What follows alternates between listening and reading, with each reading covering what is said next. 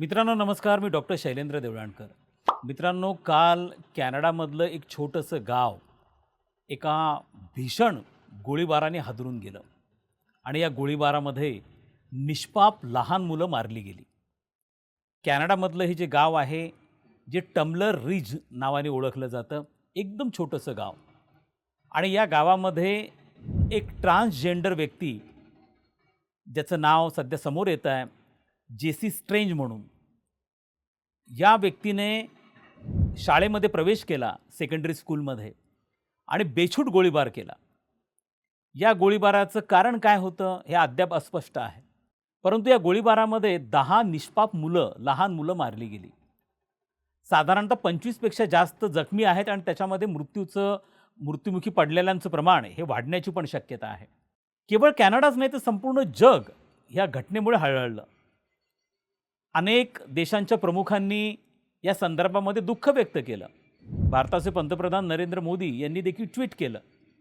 एक horrendous incidence म्हणून या घटनेचा त्यांनी निषेधही केला.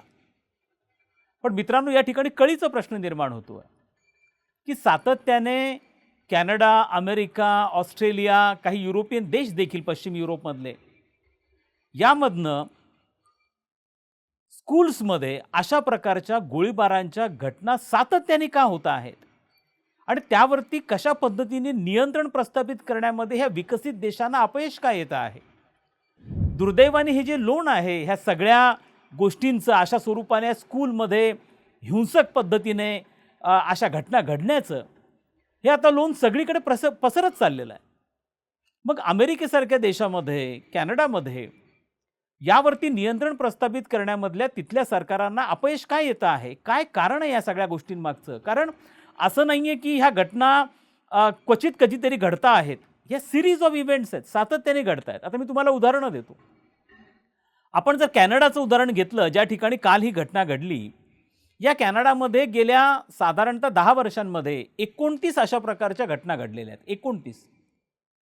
2020 मध्ये शेवटचा भीषण अशा स्वरूपाचा गोळीबाराचा हल्ला हा कॅनडामध्ये झाला आणि त्यानंतर त्यांनी गन लॉज जे आहेत, म्हणजे गन बाळगण्यासंदर्भातले जे कायदे आहेत ते अत्यंत कडक केले.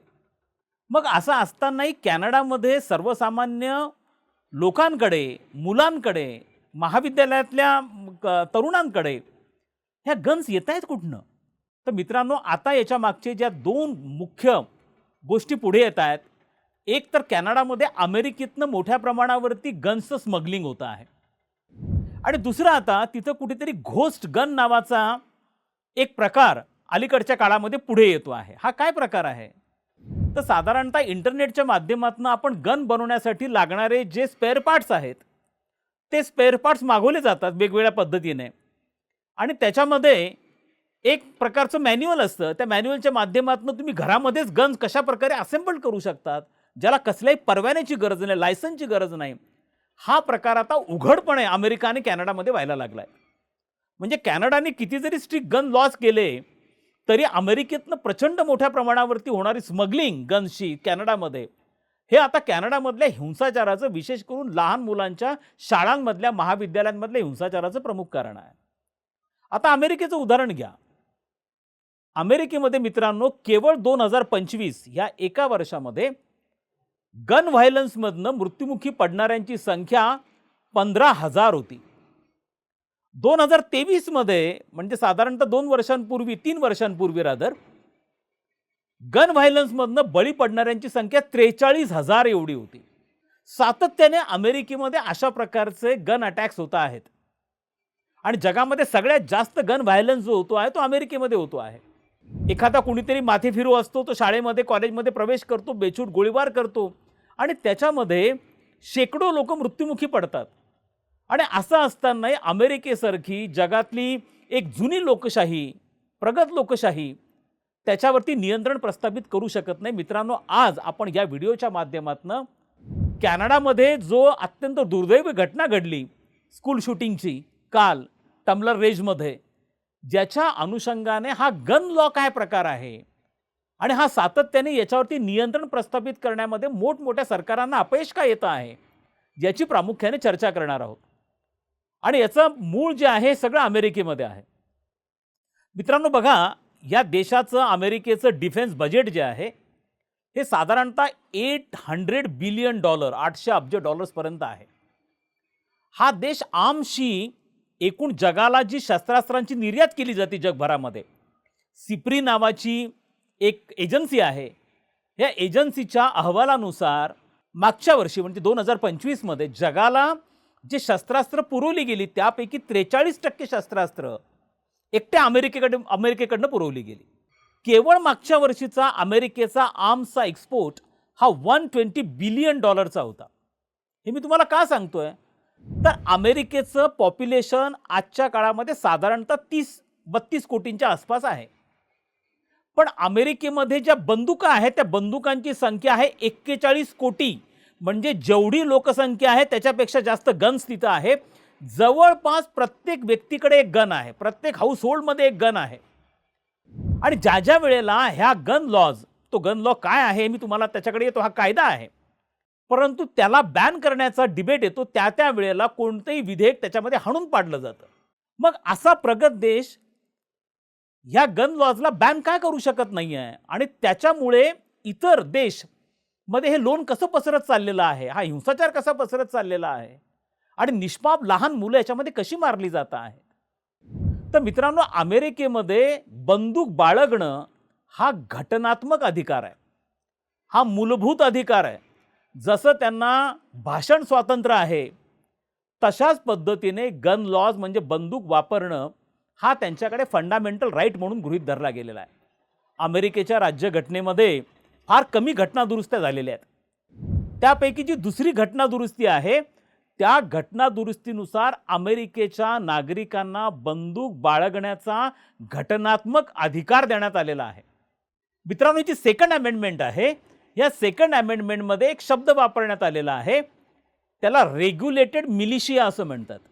आता हा जो मिलिशिया शब्द आहे हा जर आपण आजच्या डिक्शनरीच्या टर्म्समधनं पाहिला तर साधारणतः सिटिझनचा असा गट की ज्यांच्याकडे जे आर्म्स आहेत, त्यांच्याकडे बंदुका आहेत, परंतु त्यांचा उल्लेख प्रोफेशनल आर्मी म्हणून नाही केला जात.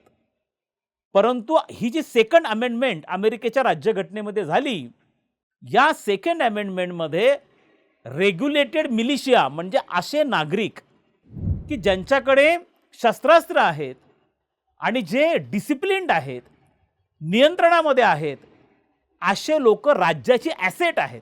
म्हणजे जर काही टायरॅनिकल फोर्सेस असतील, राज्याला डिस्टर्ब करणारे फोर्सेस असतील, तर त्यांचा सामना करण्यासाठी अशा प्रकारचे नागरिक की ज्यांच्याकडे बंदुका आहेत ही राज्यासाठीची ॲसेट मानली गेलेली आहे. आणि मित्रांनो, म्हणून अमेरिकेमध्ये ज्या ज्या वेळेला अशा प्रकारचे गन लॉजला प्रोहिबिट करणं आणि गेल्या शेकडो वर्षांपासून हे चालत आलेलं आहे, त्याला अमेरिकेमधलं एकूणच जसं आपल्याला कल्पना की अमेरिकेचा तर इतिहास आपण पाहिला, अमेरिकेच्या निर्मितीचा इतिहास, तर त्या ठिकाणी सुरुवातीला अमेरिकेचं कोणतीही नॅशनल फोर्सेस नव्हत्या, पोलीस फोर्स नव्हत्या, आर्मी नव्हती. त्यावेळेला प्रत्येक नागरिकाला बंदूक बाळगण्याचा अधिकार होता.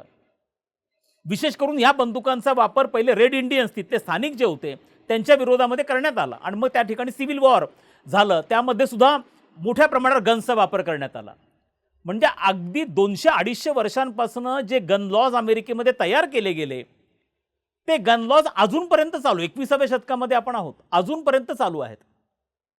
मध्यंतरी 2008 मध्ये अमेरिकेमध्ये अशा स्वरूपाचा निर्णय घेतला गेला होता की या गन लॉजला बॅन करण्यासंदर्भामध्ये त्यावेळेला अमेरिकेच्या फेडरल कोर्टनी हे स्पष्ट केलेलं होतं की अमेरिकन काँग्रेसला अशा कोणत्याही पद्धतीचं ॲक्ट करता येणार नाही आणि तो ॲक्ट म्हणजे नागरिकांच्या मूलभूत अधिकारांचं उल्लंघन असेल. हा 2008चा अमेरिकेच्या फेडरल कोर्टचा निकाल होता. आणि त्यानंतरही 2014 मध्ये जेव्हा बराक ओबामा हे अमेरिकेचे राष्ट्राध्यक्ष होते त्यावेळेला मात्र मोठं मोबिलायझेशन झालं, पब्लिक ओपिनियन मोबिलायझेशन, एक कन्सेन्सस क्रिएट झाला आणि त्याच्या अनुषंगाने पहिल्यांदा अमेरिकेमध्ये गन लॉज जे वर्षानुवर्ष चालत आलेले, दशकानुदशकं चालत आलेले, त्याच्यावरती बॅन करण्याचा निर्णय झाला. परंतु तो बॅन 2024 मध्ये लिफ्ट करण्यात आला. आणि याच्या मागचं कारण होतं अमेरिकेची नॅशनल रायफल असोसिएशन, जी याची प्रचंड स्ट्रॉंगली ॲडव्होकेट करते की प्रत्येकाला गन बाळगण्याचा अधिकार आहे. आणि आजही अमेरिकेमध्ये जसा फेडरल लॉ असतो तसा अमेरिकेमध्ये प्रत्येक राज्याचे स्वतंत्र गन लॉज आहेत. आजही अमेरिकेमध्ये 20 राज्य अशी आहेत की ज्यांच्यामध्ये कोणत्याही परवान्याशिवाय तुम्हाला फायर आर्म्स, एअर गन ह्या बाळगता येतात. आता याच्यामध्ये पण रिपब्लिक आणि डेमोक्रॅटिक पक्ष यांच्यामध्ये एक पद्धतीची भिन्नता दिसून येते. यामध्ये रिपब्लिक पक्ष जो आहे हा प्रामुख्याने गन लॉजला प्रोटेक्ट करणारा आहे, तर डेमोक्रॅटिक पक्ष हा त्याला बऱ्या प्रमाणात विरोध करणारा आहे. त्यामुळे ज्या ज्या वेळेला डेमोक्रॅटिक गव्हर्नमेंट होते त्या वेळेला त्याच्यावरती बॅन आणण्याचा प्रयत्न केला गेला. परंतु नंतर अमेरिकेमध्ये, कारण अमेरिकेचं एकूण राजकारण हे लॉबी सिस्टमनी चालतं, त्या ठिकाणी जसं मी मागे माझ्या काही व्हिडिओजमधनं उल्लेख केला, ज्यू लोकांची लॉबी असेल की जी प्रचंड अमेरिकेची इस्रायल पॉलिसी, इस्लामिक देशांबरोबरची पॉलिसी नियंत्रित करते, तसंच त्यांच्याकडे आर्म्सची जी फार लॉबी आहे, ज्याला मिलिटरी इंडस्ट्रिया इंटरफेस म्हणू किंवा त्यांची लॉबी म्हणू, आणि ही मोठी फंडिंग एजन्सी आहे डिफेन्स प्रोडक्शनच्या संदर्भामध्ये. कारण अमेरिकेमध्ये डिफेन्स प्रोडक्शन, जसं मी तुम्हाला सांगितलं की साधारणतः $300 बिलियन आर्म्स त्यांच्याकडे प्रोड्यूस केले जातात आणि त्याच्यापैकी जवळपास $120 बिलियन आर्म्स अमेरिका एक्सपोर्ट करतो, ज्याचा हिस्सा 43% आहे टोटल ग्लोबल ट्रेडमध्ये आर्म्सच्या एक्सपोर्टच्या. त्यामध्ये प्रामुख्याने ही लॉबी सातत्याने इतकी डॉमिनंट आहे की इलेक्शनमध्ये फंडिंग करतात आणि त्यामुळे आजपर्यंत अमेरिकेमध्ये गन लॉज प्रोहिबिट होऊ शकलेले नाहीत. आणि आता अमेरिकेमध्ये जसं मी सांगितलं की लोकसंख्या 30-31 कोटी आहे, तर गन्स 40-41 कोटी आहेत आणि आता त्या एक्सपोर्ट व्हायला लागलेल्या आहेत आणि त्या कॅनडामध्ये जायला लागलेल्या आहेत आणि तिथे ह्या ज्या गन्स आहेत त्याचा वापर आता स्कूल्स आणि कॉलेजेसमध्ये व्हायला लागलेला आहे. नंतर हे लोन जसं मी म्हटलं अनेक देशांमध्ये जाऊ शकतं आणि त्यामुळे मूळ याचा जो आहे हा अमेरिकेमध्ये आहे आणि तिथनं त्यांनी त्याच्यावरती पूर्णपणे बहिष्कृत करणं, त्या संदर्भात परवाना मिळण्याच्या संदर्भामधले लॉज अत्यंत स्ट्रिंजंट करणं हे अत्यंत गरजेचं असताना अमेरिकेत ते करत नसल्यामुळे वर्षानुवर्ष निष्पाप मुलांचे प्राण याच्यामध्ये जात आहेत आणि अशा घटना सातत्याने घडत आहेत. ज्या ज्या वेळेला घटना घडतात त्या वेळेला मीडिया असेल अमेरिकेमधला प्रिंट इलेक्ट्रॉनिक मीडिया हा त्याच्याविषयी बोलतो, गन लॉज प्रोहिबिट केले गेले पाहिजे आहेत, त्याच्यावर निर्बंध आणली गेली पाहिजे आहेत आणि त्या संदर्भामध्ये एखादं प्रायव्हेट विधेयकसुद्धा इंट्रोड्यूस केलं जातं. परंतु त्यानंतर या संदर्भामध्ये कोणत्याही प्रकारची कारवाई केली जात नाही आणि ह्या घटना सातत्याने घडत जातात. आणि म्हणून याच्यातला सगळ्यात कळीचा मुद्दा जो आहे की अशा घटनांना निषेध करण्याच्या पलीकडे आपण जाणार आहोत की नाही, आणि तर जायचं असेल तर याची सुरुवात अमेरिकेला स्वतःपासून करावी लागेल. अमेरिकेला सगळ्यात पहिले जो त्यांचा सेंचुरी ओल्ड गन लॉज आहेत ते गन लॉज त्यांना काढून टाकावे लागतील. मूलभूत अधिकार म्हणजे अमेरिकेला परत एकदा घटनादुरुस्ती करावी लागेल आणि जी सेकंड अमेंडमेंट जी प्रत्येक नागरिकाला गन बाळगण्याचा मूलभूत अधिकार देते ती प्रोव्हिजन काढणं अत्यंत गरजेचं आहे. आणि ती जर प्रोव्हिजन काढली गेली तर हा जो मूळ आहे ज्याच्यातनं याचा प्रसार सगळ्या जगभरात होताना दिसतो आहे तो होण्यामध्ये निर्बंध लागेल. त्यामुळे मित्रांनो, कॅनडामध्ये जी घटना घडलेली अत्यंत दुर्दैवी घटना आहे. निष्पाप तरुण मुलांचे जीव त्याच्यामध्ये गेलेले आहेत सेकंडरी स्कूलमधल्या. त्यामुळे या घटनेकडनं तरी जगाने आता काही शिकायला पाहिजे आहे, अमेरिकेने काहीतरी शिकायला पाहिजे आहे.